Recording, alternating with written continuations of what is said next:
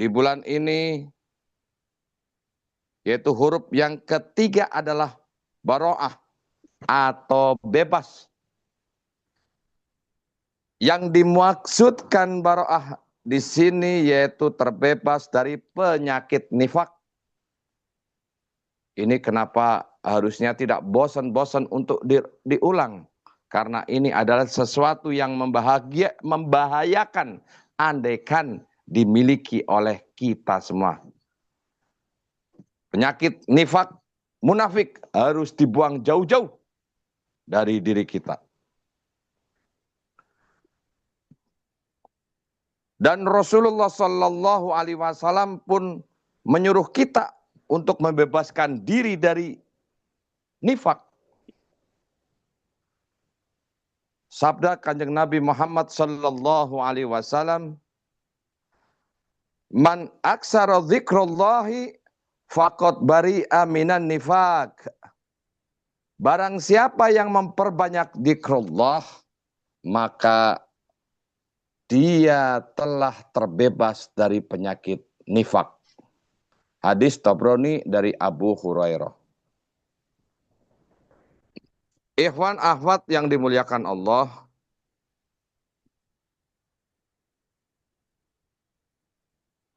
Allah berfirman dalam Al-Quran, "Inna akramakum indallahi atqakum." Sesungguhnya yang paling mulia di antara kamu sekalian di sisi Allah ialah orang-orang yang paling bertakwa. Allah telah membagi manusia menjadi 3 golongan. Yaitu yang pertama adalah golongan orang-orang yang beriman atau mukminin. Kedua, golongan orang-orang yang ingkar atau kafirin. Dan yang ketiga, golongan orang-orang yang munafik atau munafikin. Pembagian ini mengarah kita untuk menghindari sikap ingkar atas segala perintah Allah. Jangan sampai kita tergolong orang kafir ataupun sikap iman dan takwa namun hanya di mulut dengan mengatakan patuh kepada Allah, namun pada faktanya tidak menjalankan apa yang diperintahkannya, sehingga kita menjadi orang munafik. Secara umum diterangkan demikian. Jika kita merasakan ada ketidaksesuaian antara ucapan dan perbuatan, maka kita harus secepatnya bermuhasabah atau menilai diri sendiri. Jangan-jangan nih ada bibit kemunafikan dalam diri kita atau tidak.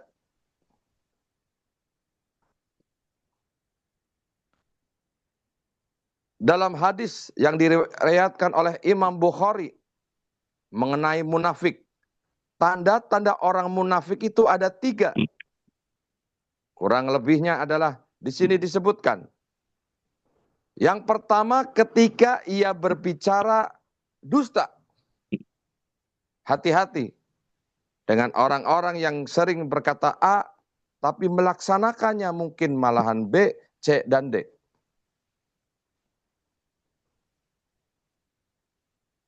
Yang kedua, ketika berjanji ia mengingkari. Pak Ustadz, pinjam saya uang 300. Ini anak saya mau bayar untuk sekolah. Nanti minggu depan, gak nyampe 10 hari, saya bayar lunas.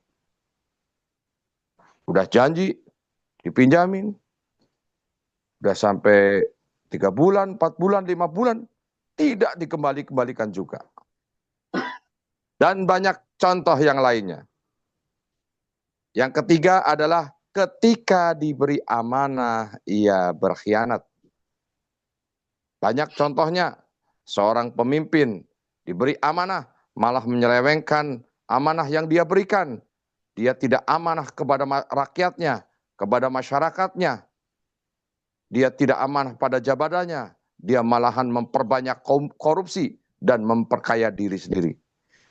Ya, jangan sampai terjadi demikian. Dari hadis ini kita bisa melakukan introspeksi diri dengan melihat apakah ketiga sifat itu dalam diri kita ada. Apakah kita jika berbicara sering melakukan dusta atau kebohongan? Apakah jika kita berjanji pada seseorang dan juga pada diri sendiri, saya mulai besok ingin semakin rajin untuk mengamalkan amaliyah mursyid, dimulai dari ini. Besok malas lagi, malas lagi. Janji kepada diri sendiri aja kadang kita sering mengingkari. Apakah termasuk kita golongan itu? Atau apakah saat kita diberi suatu tanggung jawab, apapun itu bentuknya atau amanat, kita memiliki kecenderungan untuk mengkhianatinya.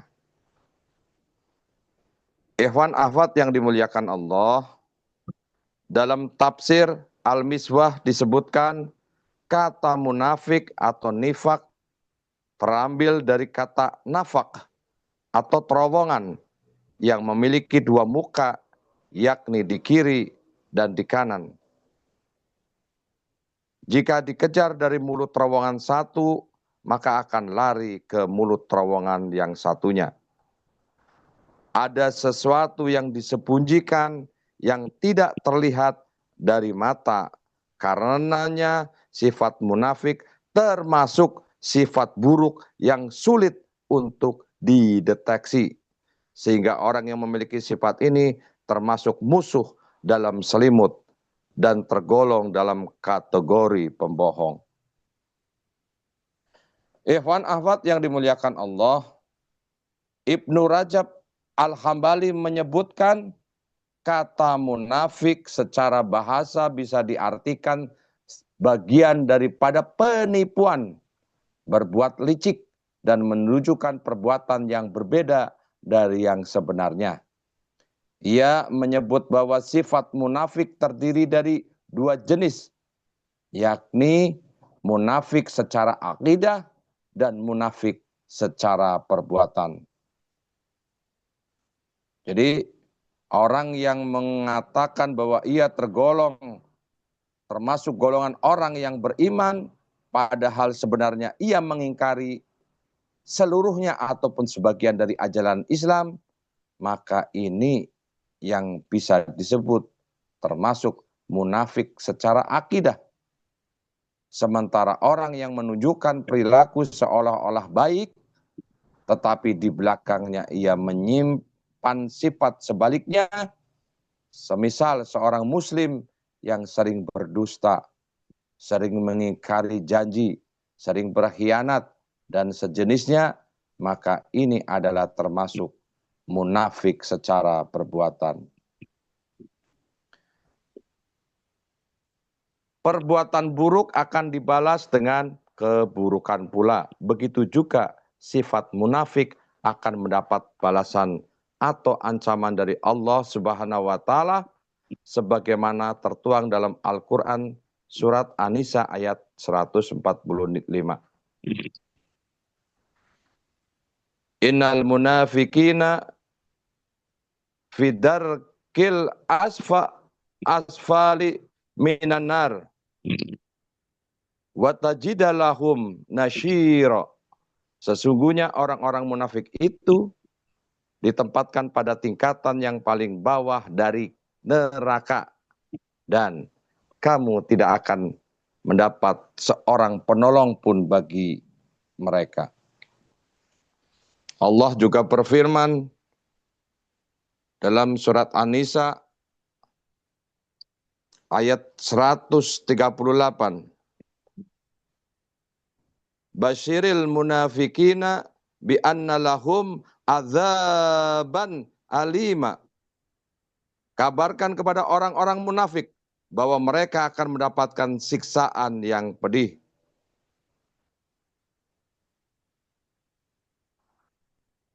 Juga Allah berfirman wa'adallahul munafiqina wal munafiqati wal kuffarona rojahannam. Allah mengancam orang-orang munafik dari laki-laki dan perempuan dan orang kafir dengan neraka jahanam. Mereka kekal di dalamnya. Surat At-Taubah ayat 68. Banyak sekali dalil yang mengancam akan sifat-sifat munafik. Ancaman dari Allah sungguh sangat pedih. Orang munafik menganggap membohongi Allah, padahal Allah telah memperdayainya. Ikhwan akhwat yang dimuliakan Allah, bagaimana kita bisa membersihkan penyakit hati tersebut yang namanya penyakit hati munafik. Sabda Rasulullah sallallahu alaihi wasallam, innal quluba latasda'u kama yasda'u bihil jadidu wajila'uha zikrullah. Sesungguhnya hati itu akan berkarat sebagaimana berkaratnya besi dan yang mengkilapkannya adalah zikrullah. Juga sabda Nabi selanjutnya, likulli shay'in siqalatun wa siqalatul qulubi zikrullah. Segala sesuatu itu ada penyembuhnya dan penyembuh bagi hati itu adalah zikrullah. Alhamdulillah, alhamdulillahilladzi fadhalana ala katsri mibadil mu'minin. Kita telah diberi alat yang paling mudah untuk menumpas penyakit nifak atau munafik, yaitu kita dengan memperbanyak zikrullah sebanyak-banyaknya, mengistiqomahkan di zikrullah seistiqomahnya.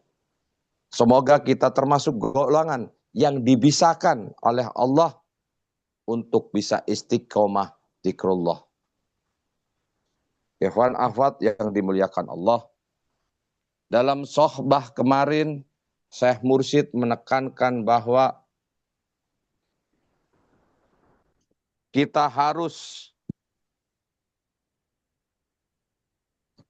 meninggikan asma Allah sesuai dengan surat Al-A'la, sabihisma rabbikal a'la, sucikanlah nama Tuhanmu yang maha tinggi. Jadi kita harus benar-benar menjaga asma Allah itu.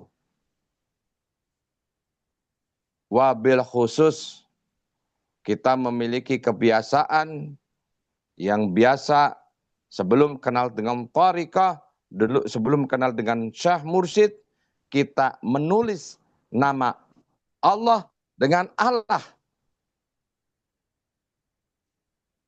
Jadi kita suka menulis nama Allah dengan Allah. Maka di sini Syekh Mursyid menegaskan bahwa kita harus mensucikan asma Allah dengan tulisan Allah tersebut, dengan tulisan Allah tersebut menjadi Allah. Kenapa demikian? Syekh Mursyid pernah menyebutkan bahwa seperti diketahui bersama selama ini lafaz jalalah atau Allah dalam penterjemahan dan penulisan bahasa Indonesia atau bahasa Latin lainnya selalu dibiarkan tertulis dengan lafaz Allah. Keputusan penterjemahan dan penulisan dengan lafaz Allah adalah kekeliruan yang besar dan kesalahan yang mendasar. penterjemahan dalam Al-Quran dan penulisan dengan Allah tidak tepat dan tidak sepadan dari sisi makna, rasa, maupun substansi, serta lafadz pengucapannya. Jadi kita ikut sama-sama mengikuti apa yang ditunjukkan, dicontohkan, dibimbingkan oleh Syekh Mursyid agar kita mensucikan, mengagungkan asma Allah dengan menulis atau mengucapkan, menulis ya, wabil khususi menulis tulisan yang biasanya Allah, seperti orang-orang non-muslim, kita ganti dengan Allah. Banyak hal yang bisa didapatkan di saat kita syahbah kepada Syekh Mursyid. Kebahagiaan, kedamaian, kerinduan. Padahal rindu itu tidak boleh. Rindu itu berarti kita jauh. Kalau kita merasa dekat itu tidak akan rindu. Itu sebagai manusiawi kita merasakan di saat ketemu dengan syahbah, dengan Syekh Mursyid kita, begitu rasanya tidak bisa diterjemahkan. Ada hal yang kemarin saya rasakan di saat saya syahbah kepada Syekh Mursyid, belum mengucap ya. Waduh. Kurang lebihnya saya waktu itu pakai jubah. Pakai jubah yang belinya di Arab yang kandel itu ya. Yang kandel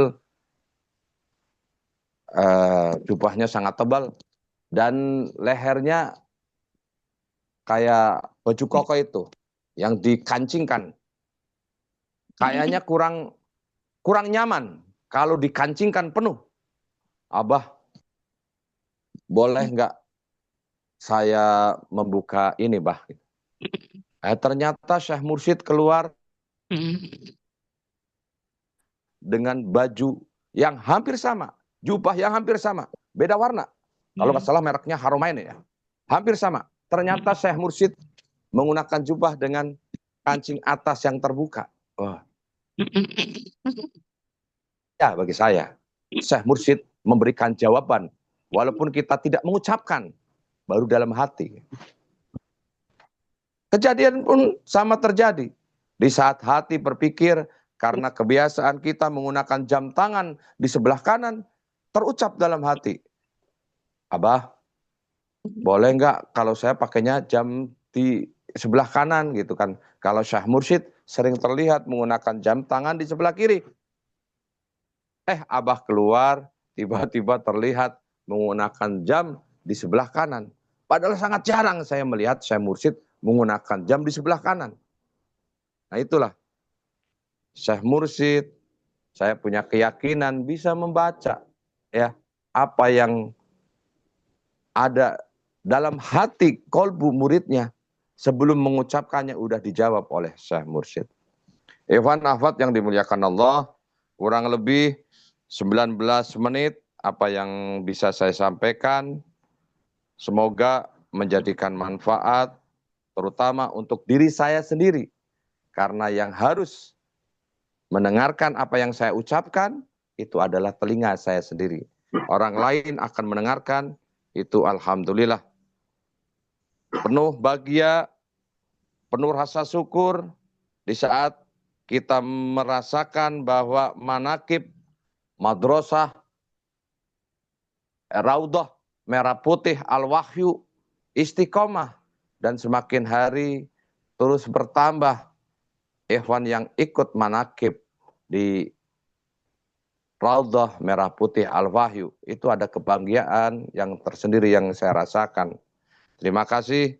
Semoga menjadikan berkah semuanya selamanya bi barakati wal karamah Syekh Muhammad Abdul Qausai belum Masul radhiyallahu anhu.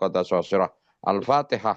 A'udzu billahi minasyaitonir rajim. Bismillahirrahmanirrahim. Alhamdulillahirabbil alamin arrahmanir rahim maliki yaumiddin. Iyyaka na'budu wa iyyaka nasta'in shiratal mustaqim. Shiratal ladzina an'amta 'alaihim ghairil maghdubi 'alaihim waladdallin. Amin. Wassalamualaikum warahmatullahi wabarakatuh.